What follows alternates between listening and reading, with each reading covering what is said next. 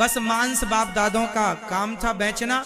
उनके पास एक शालिग्राम भगवान थे, तो तराजू में मांस तौल कर देते ना, तो सदन। अब पंडित जी बड़े परेशान भये, वाह प्रभु आप खुद झूला झूलना चाहते हैं तो जाओ।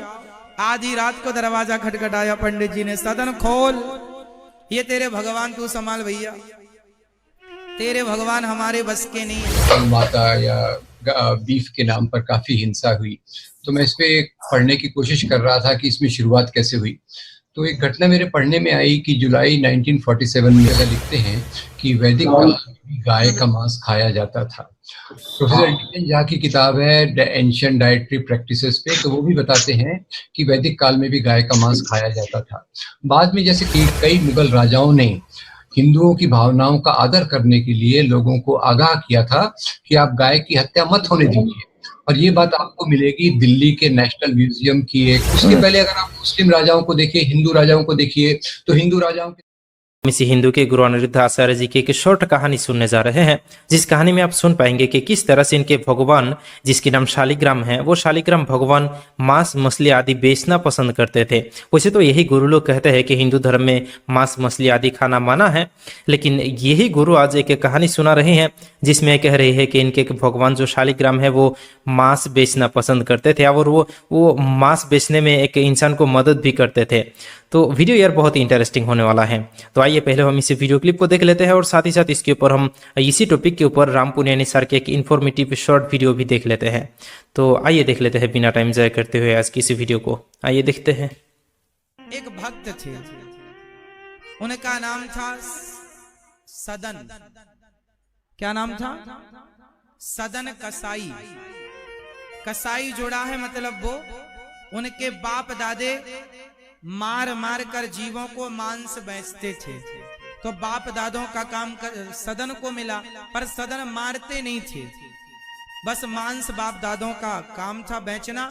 उनके पास एक शालिग्राम भगवान थे, तो तराजू में मांस तौल कर देते ना, तो सदन बहुत बड़े भक्त थे। एक पलड़े पर वो बांट ना रखकर, किलोग्राम ना रखकर शालिग्राम भगवान को रखते और कहते कि हे भगवान 5 किलो का तौल तौल दो, तो वो 5 किलो का हो जाए। आप 1 किलो का तौल तौलो तो शालिग्राम भगवान 1 किलो के हो जाए। उसी बांट से वो 10 किलो भी तौलते, 5 किलो भी, 200 ग्राम भी उसी से तौल कर देते। किसी भक्त ने वहां से गुजरते हुए देखा कि ये तो शालिग्राम भगवान है, तो एक आदमी ने सदन से कहा, अरे सदन, तुझे नरक जाना पड़ेगा, बड़ा पाप किया तूने, ये भगवान को तूने इससे मांस तौला। अच्छा, सदन बहुत प्यार करता था भगवान से, सही गलत का तो उसे ज्यादा ज्ञान था नहीं, सच्चा भोला भाला बाप दादाओं का काम था, तो उसी से उसका गुजारा होता था, तो वो अपना मांस बेचता था और मारता नहीं था किसी को। और भक्त बहुत बड़ा था। एक पंडित जी ने कहा कि ये तूने बड़ा अपराध किया, मुझे दे शालिग्राम भगवान, मैं पूजा करूंगा। पंडित जी को डर के मारे दे दिया। पंडित जी ले जाके बढ़िया दूध दही घी से नहवाए, पूजा पाठ करी, और रात को जब पंडित जी सोए तो शालिग्राम भगवान सपने में बोले, पंडित जी तुरंत वापस करके आओ। वहां बढ़िया वो हमें रोज तराजू में रख के झूला झुलाता था, रोज हम बढ़िया झूला झूलते थे, तुमने लाके बिठा दिया, तुरंत भेजो हमें वहां, हमें उस भक्त की याद आ रही है, झूला झुलाता था वो हमें रोज। अब पंडित जी बड़े परेशान भये, वाह प्रभु आप खुद झूला झूलना चाहते हैं तो जाओ। आधी रात को दरवाजा खटखटाया, पंडित जी ने, सदन खोल, ये तेरे भगवान तू संभाल भैया, तेरे भगवान हमारे बस के नहीं है। सदन भगवान शालिग्राम को जब उसने सुना कि ये भगवान मेरे से प्रेम करते हैं, तो उसकी श्रद्धा और बढ़ गई। देखिए, वैसे जो एक ही घटना मैं ले लेता हूँ, जैसे आज गौ माता या बीफ के नाम पर काफी हिंसा हुई, तो मैं इस पे पढ़ने की कोशिश कर रहा था कि इसमें शुरुआत कैसे हुई। तो एक घटना मेरे पढ़ने में आई कि जुलाई 1947 में महात्मा गांधी के पास कई लोग गए और उन्होंने कहा देश आज़ाद हो रहा है, तो क्यों ना हम गौ हत्या पर बंदी लगाएं और बीफ पर बैन कर दें। तो गांधी जी ने कहा ये देश तो सभी धर्म के लोगों का है और सभी धर्मों के लोगों के खाने पीने का और दूसरी भावनाओं का आदर करना चाहिए। तो मेरे ख्याल से गांधी जी ने जो रास्ता दिखाया था, आज उसके उलट जाके केवल एक ही धर्म के लोगों की भावनाओं के नाम पे काफी नफरत फैलाई जा रही है, और ये पिछले इससे बढ़ गई है। अभी अभी इंडिया स्पेंड का स्टैटिस्टिक्स आया है कि गाय के नाम पे जितनी लिंचिंग हुई है उसमें से 90% लिंचिंग पिछले 4 सालों में हुई है। तो जैसा आप कह रहे हैं कि पहले ऐसा माहौल नहीं था, जैसे भावनाएं भड़काई जा रही हैं तो हिंसा का प्रमाण बढ़ रहा है। ये भी स्टैटिस्टिक्स आया है कि 2016-2017 में जो सांप्रदायिक दंगे हुए हैं वो पहले से बहुत ज्यादा हुए हैं मात्रा में और इंटेंसिटी में। तो ये आपकी बात सही है, क्योंकि इसका गहरा संबंध इस बात से होता है कि समाज में नफरत कितनी फैलाई जा रही है। समाज को बचाने के नाम पे जहां हमारे पास पुलिस व्यवस्था है, कानून व्यवस्था है, उसमें कुछ लोग कहें कि हम समाज को बचा रहे हैं और भावनाओं को भड़का के इस प्रकार की जो हत्याएं हुई है, जैसे अफराजुल की हत्या हुई, जुनैद की हत्या हुई, अखलाक की हत्या हुई। तो यहाँ सवाल केवल संगठन से ज्यादा ये है कि किस प्रकार के विचारों को समाज में फैलाया जा रहा है और ये विचार किस प्रकार से नफरत फैला रहे हैं।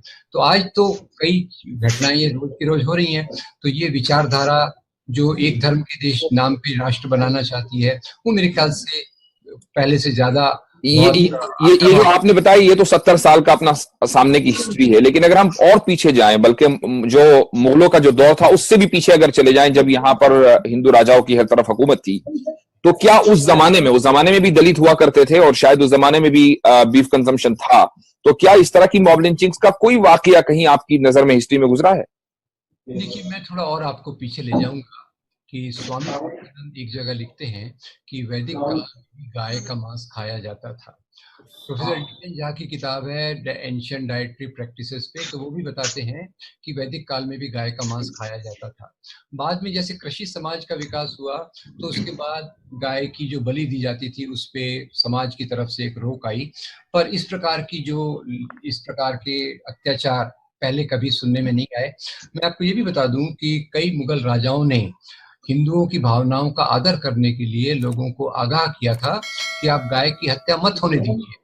और ये बात आपको मिलेगी दिल्ली के नेशनल म्यूजियम की एक वसीयत पे, जो बाबर की वसीयत हुमायूं के नाम पे है, उसमें यही बात करता है।